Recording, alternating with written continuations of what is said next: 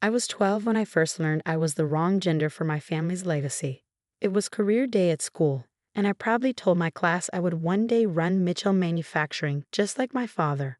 That night, I overheard my parents talking. "She's got such a head for business," Richard, my mother, said. "You should see how she lights up when you talk about the company." My father's response was immediate. "It doesn't matter. The company goes to David. That's tradition. Girls don't run manufacturing companies." 15 years later, I stood in my brother's office, our father's old office, watching him sign the paperwork that would fire me from the company I'd given my life to. "Nothing personal, Emma," David smirked, sliding the papers across his desk. "But let's be honest, you're not cut out for this. Maybe start a cute little boutique. Something more feminine." I kept my face neutral as I signed, remembering every sacrifice I had made. The Stanford MBA, the countless late nights, the supply chain innovations that had boosted profits by 40% last year. None of it mattered. I had the wrong chromosomes. "Clear out your desk by end of day," David added, already turning back to his phone. "And Emma, Dad was right. Girls don't belong in manufacturing." I walked out with my head high, past employees who wouldn't meet my eyes, past the systems I built, which David had spent the last year dismantling in favor of his golf buddies' half-baked ideas. In my office, mine for one more hour, I packed up 15 years of work, photos, awards, business plans Dad had never read. And at the bottom of a drawer, I found something that made me smile for the first time that day. A list of every supplier, contractor, and logistics company Mitchell Manufacturing depended on, along with their contract renewal dates. David had never cared about the relationships I had built, the trust I had earned, the favors I was owed. A shadow fell across my doorway. Marcus Chen, head of logistics. His expression told me he knew exactly what had happened. "Need help with those boxes?" I shook my head. "I'm fine, Marcus. But remember that conversation we had last month about starting our own logistics company?" He nodded slowly. "You mean the one where you mentioned having enough capital to buy out 3 major shipping contractors?" I pulled up an email draft I prepared months ago when I first saw this day coming. "How would you like to be COO of Summit Logistics? Incorporated last week. Fully funded. Ready to start operations." His eyes widened as he scanned the business plan. "Emma, this could control the entire regional supply chain. If you got the right contracts." "You mean the ones up for renewal? The ones David doesn't even know are expiring?" Understanding dawned on his face. "You've been planning this." "For years," I admitted. "Why fight for a seat at their table when I can build my own?" Over the next 2 hours, more visitors arrived. Sarah from accounting passed over for a promotion in favor of David's friend.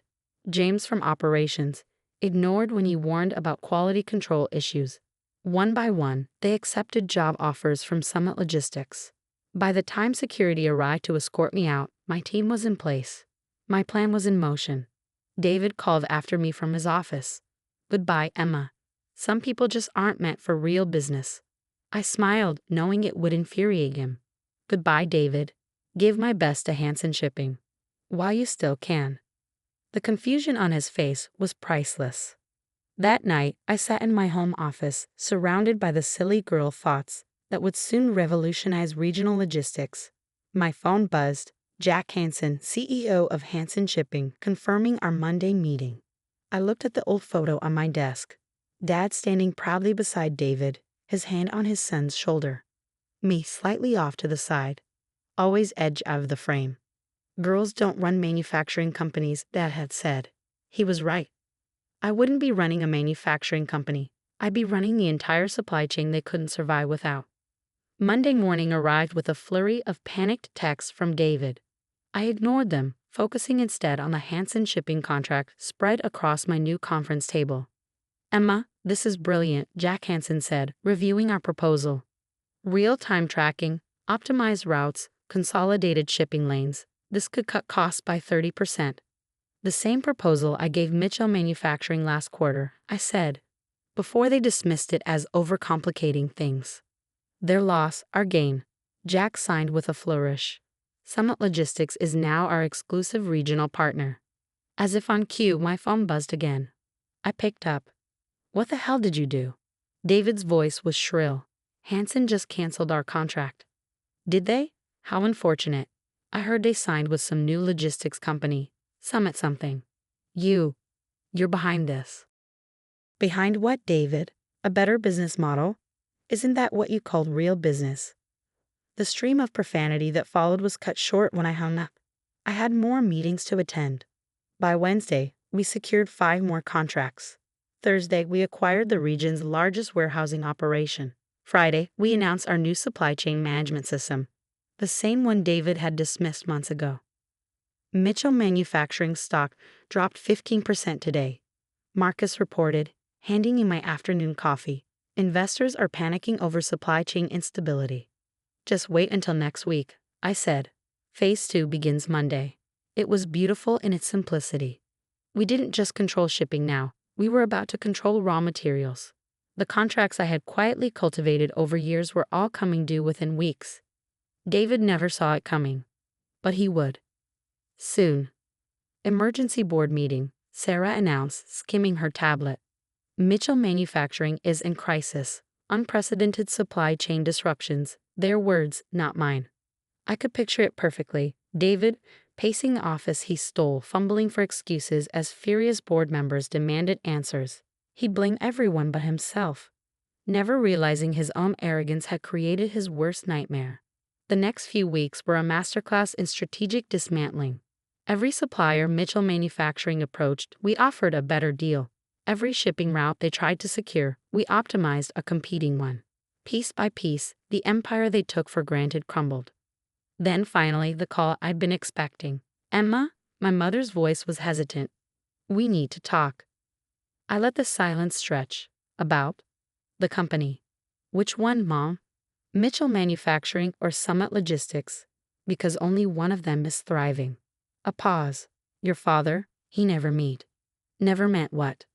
I cut in, to dismiss every idea I had, to hand the company to David just because he was a man, to let him run it into the ground while he ignored every warning.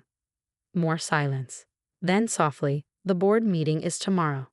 David, he's going to lose his position. The shareholders are furious. I almost laughed. Sounds like a personnel issue. Nothing to do with me.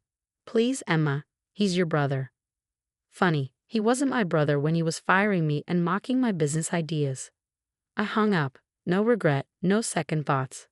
But her words lingered, not because I felt any obligation to save David, but because tomorrow's board meeting wouldn't just mark my victory. It would determine whether I settled for winning or claimed total dominance.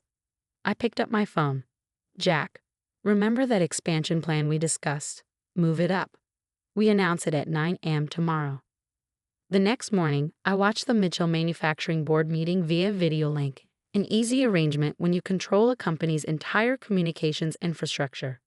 David looked terrible. His usual crisp suit was wrinkled, his hair unkempt. He stood before the board, floundering as he tried to explain Mitchell's 40% drop in value. We're exploring alternative supply chain options, he stammered, reaching out to new partners. There are no new partners, a board member interrupted. Summit Logistics has locked up the entire regional network. They just announced a $200 million expansion. Face it, David, we're dead in the water. David tugged at his collar. Maybe we could reach out to Summit. Try to negotiate. The boardroom door opened. Oh, now you want to negotiate? Every head turned. I stepped inside, my Summit Logistics ID badge gleaming.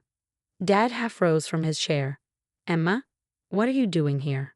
I smiled, representing the only company in this room that actually knows how to run a business. David's face darkened. You planned this. You sabotaged us. I shook my head. No, David. I built something better. Something you could have had, if you hadn't been so convinced that girls don't belong in business. I laid out my offer. Fair, more than fair, really. Summit would absorb all employees, preserve the Mitchell name on key product lines, and ensure the company's legacy continued. Just not under David. All in favor? The board chairman asked. The vote was unanimous. Even Dad, looking resigned, raised his hand. David lurched to his feet. This isn't right. Dad, tell them. Dad's voice was heavy. It's over, son. He turned to me. Emma, I was wrong. About everything. I met his gaze without flinching. Yes, you were. Then I turned to leave, but paused. Oh, and David, don't bother packing your office. I had it cleared out this morning. Try not to feel too bad. Some people just aren't meant for real business. His own words thrown back at him. The perfect ending to a plan 15 years in the making. That evening, I sat in my real office, earned through skill, not chromosomes. Framed on the wall was my first act as CEO. Mitchell Manufacturing's stock certificate. Sarah appeared in the doorway. Your father is here. He looked older than I remembered. Smaller somehow. The company, he started, is thriving, I finished. No thanks to your outdated ideas about who should run it. He exhaled. I'm sorry. I arched a brow. For what? Not believing in me. Dismissing me? Handing the company to David without a second thought. Each accusation landed like a weight. For all of it, he admitted. For underestimating you. For thinking talent had anything to do with gender. I studied him, searching for insincerity. I found none. Well, I said finally, at least you're learning. He nodded. I am. Then, hesitating. That's actually why I came. I want you to meet someone. A young woman rolled in beside him, a wheelchair-bound engineer with sharp eyes and an air of quiet brilliance. Emma, this is Jessica Chen, Dad said, a manufacturing prodigy from MIT. I thought you should hear her out. I raised an eyebrow, and why is that? He actually blushed, because when I saw her proposals, I realized something. I remembered all the ideas of yours I never read, and I didn't want to make the same mistake twice. Jessica looked nervous but determined. Mr. Mitchell said you might be interested in my AI integration models for production efficiency. I smiled. I am, but first, tell me about yourself. Not your gender, not your disability, just your vision for the future of manufacturing. Her eyes lit up. As she launched into her ideas, I caught Dad watching us, pride and regret warring on his face. Later that night, Mom stopped by my office. I saw David today. How's customer service treating him? I smirked. She sighed. He's humbled, and he wanted me to give you this. She handed me an envelope. Inside was a handwritten letter. Emma, I spent years believing I deserved success just because of who I was. You proved that success is earned. You built something incredible, and you beat me fair and square. I won't ask for forgiveness. I don't deserve it. But I will say this. I see it now. I see you now. I'm proud of you. David asterisk asterisk. I exhaled slowly, folding the letter. I didn't need his pride. But maybe, just maybe, I'd appreciated it. Smiling, I turned back to my desk. There was still work to do. After all, this empire wasn't going to build itself. And now everyone knew exactly whose hands it belonged in. I read the letter twice, then picked up my phone. David, be in my office tomorrow, 8 a.m. sharp. Bring your customer service reports and any real ideas you've gathered from actually listening to our clients. The next morning he walked in. Gone was the overconfident CEO swagger. In its place was something quieter, humbled. Sit down, I said. Tell me what you've learned. For the next hour, David laid out a detailed analysis of customer complaints, supply chain inefficiencies, and possible solutions. He hadn't just done the work, he'd understood it. Not bad, I said when he finished. How would you like to head up our new customer experience division? His eyes widened. You trust me with that. Trust is earned, just like leadership. Just like respect. That's how this company works now. And it did. Over the next year, Mitchell Manufacturing became something neither Dad nor David had ever envisioned. Jessica's AI-driven production systems transformed our efficiency. David's customer-first strategies rebuilt our reputation. Summit Logistics remained an industry powerhouse. But the real transformation, that happened in the company's culture. Walk into any Mitchell Manufacturing facility now, and you'll find leadership built on talent, not tradition. You'll see Jessica mentoring a new generation of engineers, David working alongside her, learning instead of dictating, and Dad, semi-retired, but still watching with something between pride and regret. Your latest article's making waves, Marcus said one morning, tossing a magazine onto my desk. The cover showed me standing on the factory floor. The headline read, The Manufacturing Maven. How Emma Mitchell revolutionized an industry while breaking glass ceilings. Marcus grinned. Best part is the sidebar about our mentorship program. The Mitchell Future Leaders Program, my passion project. It opened doors for brilliant minds often overlooked due to gender, disability, or background. Like Jessica, who was now guiding pre-promising engineering students. Dad called it expensive charity at first, I mused, until he saw the innovations coming out of it. Speaking of Dad, Marcus gestured toward my office door. He stood there, holding a familiar leather portfolio, the same one that had once contained my business proposals, the ones he'd ignored. I found these while cleaning out my old office, he said quietly. Finally read them. They were brilliant, Emma. They still are. I'm sorry I couldn't see that sooner. I took the portfolio, flipping through the ideas that had built my empire. Want to hear my latest proposal? Expanding the mentorship program internationally. He sat down, eyes filled with something I'd never seen before. Respect. Tell me everything. And so I did. Because sometimes the best revenge isn't proving someone wrong. It's proving yourself right. Again and again. Until even the deepest prejudices crumble under the weight of undeniable success.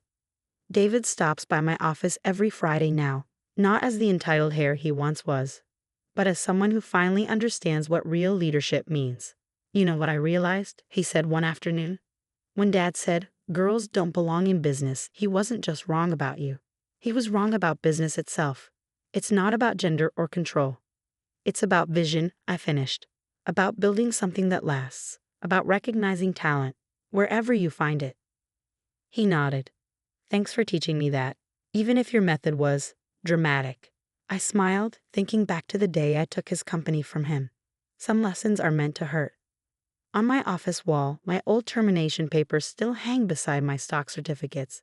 But now they're surrounded by something even more important. Photos of our diverse leadership team, of our mentees, of the future we're building. And in one, David and I stand side by side on the factory floor, not as rivals, but as leaders. Because the greatest victory isn't just proving someone wrong about you. It's helping them be right about everything else.